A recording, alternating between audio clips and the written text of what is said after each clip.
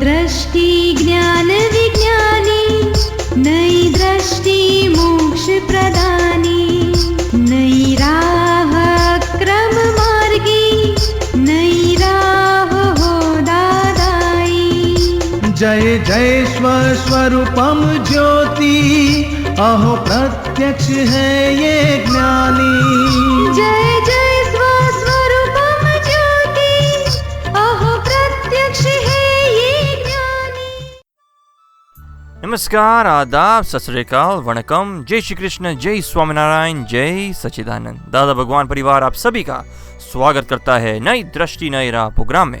दोस्तों, आज हम बात कर रहे हैं हमारे भटकने वाले चित्त की।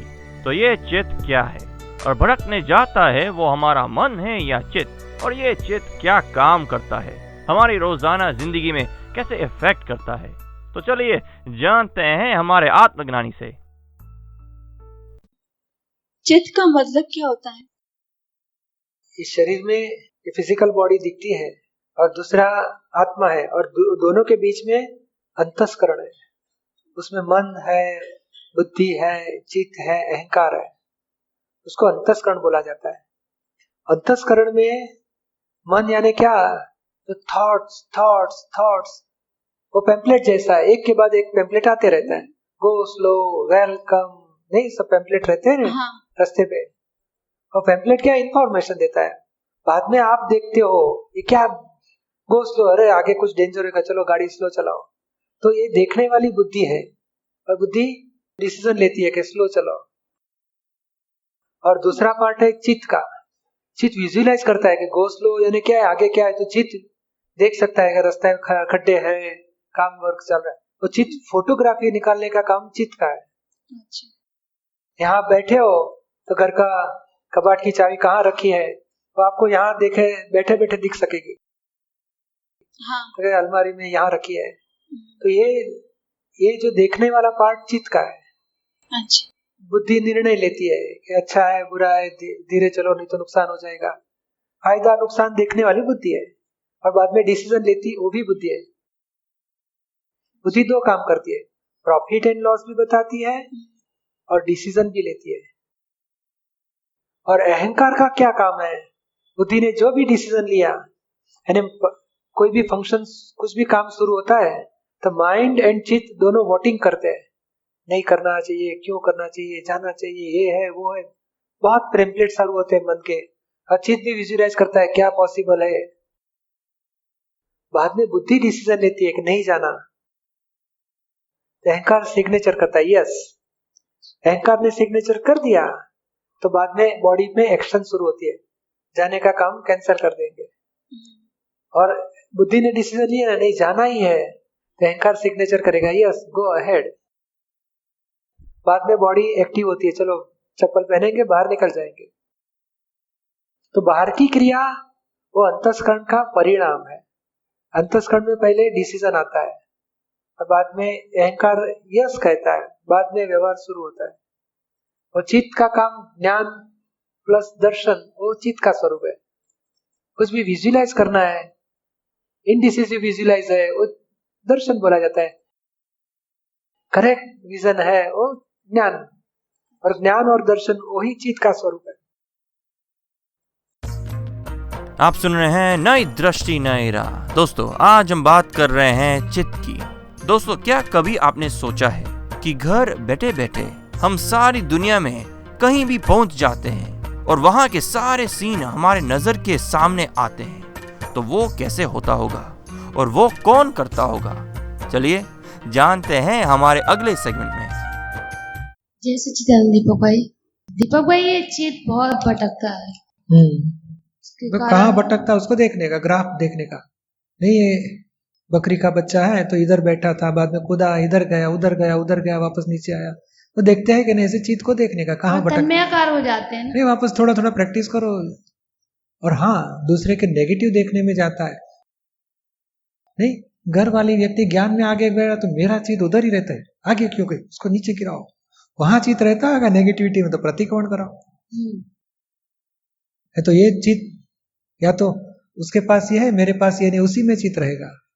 ऐसे ही कंपैरिजन में चित्त रहेगा, या किसी के नेगेटिविटी में रहेगा, किसी को दोषी देखने में रहेगा तो वो प्रतिक्रमण कराओ। बाकी सामान्य तौर से चित्त इधर उधर भटका, खाने पीने में चले जाएगा, हाँ, खाने गहने का में चले जाएगा, कपड़े की शॉप में चले जाएगा, वो कहाँ जाता है देखो। और आप चरण विधि करना है तो ऊंचे आवाज से करो, दादा भगवान के असीम जय जयकार ऊंचे आवाज से करो, तो ये ऊंचे आवाज से तो स्थिरता की शक्ति बढ़ेगी। थोड़ा पुरुषार्थ भी कम होता है। हाँ, धीरे धीरे सत्संग का परिचय बढ़ाओ तो पुरुषार्थ भी बढ़ेगा। हाँ, परिचय तो है, फिर भी उस हिसाब से नहीं हो रहा है। होएगा होएगा। हाँ। जय सच्चिदानंद। आप सुन रहे हैं नई दृष्टि नई राह। दोस्तों, आज हम बात कर रहे हैं चित्त के बारे में। आज के मॉडर्न जमाने में हम सभी हर पल सुख की खोज में हैं, इसलिए हमारा चित्त एक जगह पे टिकता नहीं। कभी वो मूवी में सुख खोजता है, तो कभी गेम में, कभी गॉसिपिंग में, तो कभी सोशल मीडिया में, कभी फोन पे बातें करने में, या कभी नए गैजेट्स में। तो दोस्तों, ये सारे उपाय क्या अक्सर होते हैं, हमें परमानेंट सुख देते हैं? क्या परमानेंट सुख ना मिलने पर ही ये चित्त भटकता है, या फिर चित्त को स्थिर करने से परमानेंट सुख मिलेगा? तो ये चित्त को कैसे स्थिर करें, चलिए जानते हैं हमारे आत्मज्ञानी से। जय सच्चिदानंद। आप हमेशा कहते हो कि हमें वर्तमान में रहना चाहिए। किसी भी कार्य को करते समय चित्त की हाजिरी होना बहुत जरूरी है, लेकिन कोशिश करने पर भी चित्त इधर उधर भटक ही जाता है। प्लीज बताइए कि चित्त की हाजिरी के लिए और वर्तमान में रहने के लिए क्या करना चाहिए। ये चित्त की हाजिरी पहले तय करने का कि नहीं, हमें चित्त की हाजिरी रख के ही ये काम करना है, और ज्यादा करके खाने के टाइम तो जरूर हाजिर रहना चाहिए। वो है ना, खाने के टाइम लाइक जब मतलब सोच कर बैठते हैं, प्रार्थना भी लाइक जब त्रि मंत्र बोलकर लाइक तब डिसाइड करते हैं कि चित्त की हाजिरी रखनी है। लेकिन उस टाइम है ना, खाने की कुछ और चीज याद आती है, और चीज आ जाती है जो है वो नहीं भुगतने तो की। जो खाती हूँ ना वो ध्यान नहीं आता, मतलब वो उस टाइम वो ध्यान नहीं आता है। अभी दूसरा शब्द है जो हो बिगड़ रहा है, वो तो हमको मालूम ही है, अब कैसे सुधारना हो समझ लो। हाँ, तो एक तो ये नक्की करना चाहिए कि मुझे चित्त की हाजिरी रखनी है। दूसरा, दादाजी की 5 आज्ञा यूज करो, फाइल है, संभाव से निकाल करना है, जो भी व्यवहार आया। तीसरा, मैं शुद्धात्मा हूँ, अनुषा को बोलो, चलो ये संभाल के संभाव से निकाल करो। अब जितना कॉन्वर्सेशन करोगे अनुषा से, उतना वर्तमान में रहने की शक्ति बढ़ेगी। ये चले जाता है वो बिगड़ गया माल है, भरा हुआ माल, और अभी ये कहाँ चला गया उसको भी जानेंगे तो आप वर्तमान में हो, अनुषा भूतकाल में है या भविष्य काल में है, और आपकी जागृति इस वर्तमान में रहने की शुरुआत हुई। अनुषा की चित्त वृत्ति बाहर भटकती है, इसे देखा आपने, तो भी आप वर्तमान में आए, ऐसी शुरुआत हो गई। लेकिन वो उस टाइम ध्यान नहीं आता है, एट दैट मोमेंट वो तो एलोप हो जाता है। सुबह से निश्चय करके धीरे धीरे एक एक प्रयोग सिद्ध करना चाहते हैं हम। एक दिन नक्की करने का, मंडे संडे को जो भी ठीक लगे, आज के दिन वर्तमान में रहना है। धीरे धीरे मुख्य 5 आज्ञा की प्रैक्टिस करो तो उसका परिणाम ही वर्तमान आके रहेगा। तो इसके लिए कन्वर्सेशन करने का, कन्वर्सेशन का भी प्रयोग है, और जहाँ चूक गए वहां वापस रिसेट करो। कि खाने के बाद में याद आया तो आज शाम को खाने के टाइम जागृति रखनी है।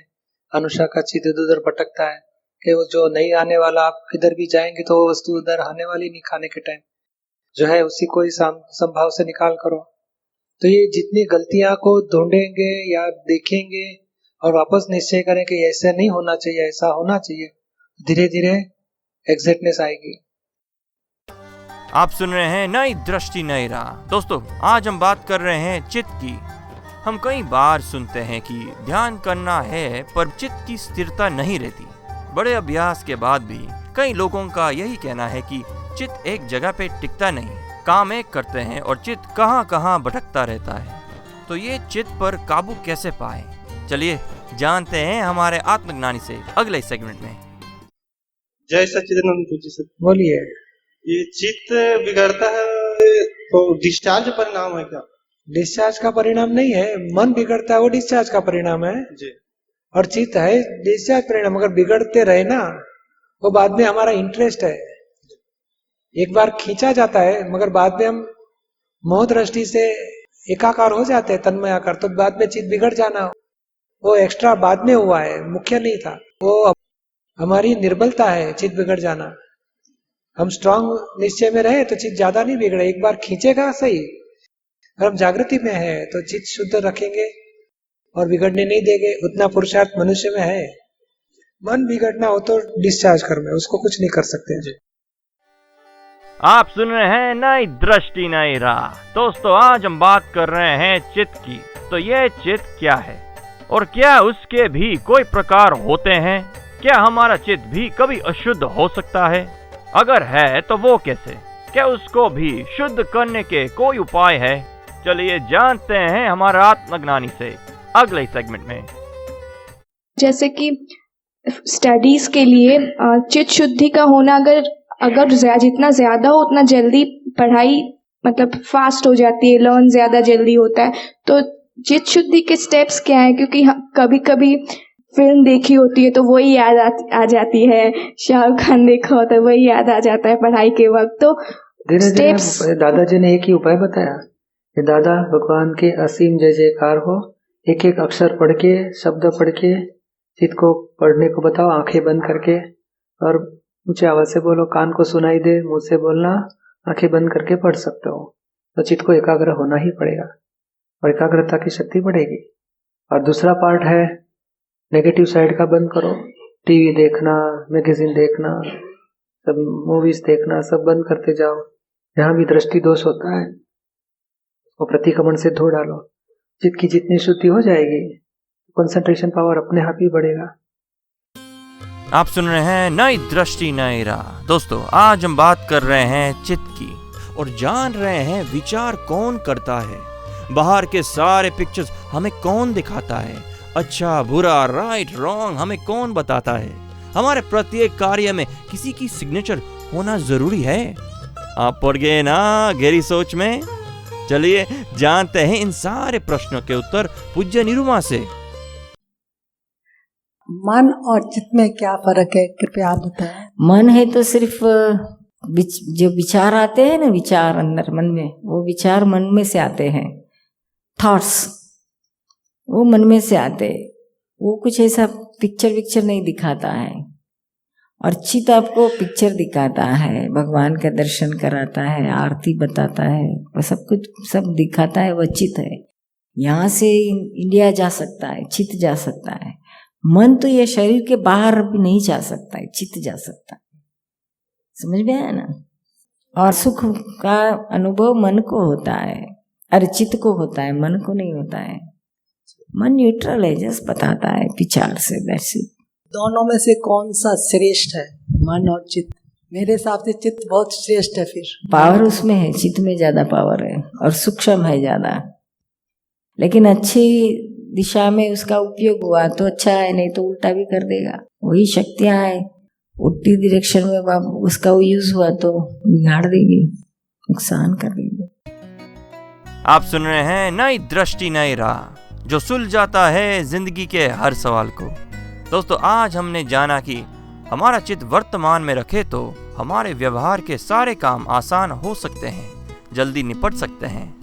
तो ऐसे ही व्यवहार और आध्यात्मिक सलूशन पाने के लिए सुनना ना भूले नई दृष्टि नई राह। अधिक जानकारी के लिए लॉग ऑन करें hindi.dadabhagwan.org या फिर ईमेल करें dadaonradio@us.dadabhagwan.org या फिर फोन लगाए 1877-505-3232 एक्सटेंशन 23। आज के लिए हमें दे इजाजत, कल फिर मुलाकात होगी। तब तक के लिए स्टे इन द प्रेजेंट। जय सच्चिदानंद। नई दृष्टि ज्ञान विज्ञानी, नई दृष्टि मोक्ष प्रदान।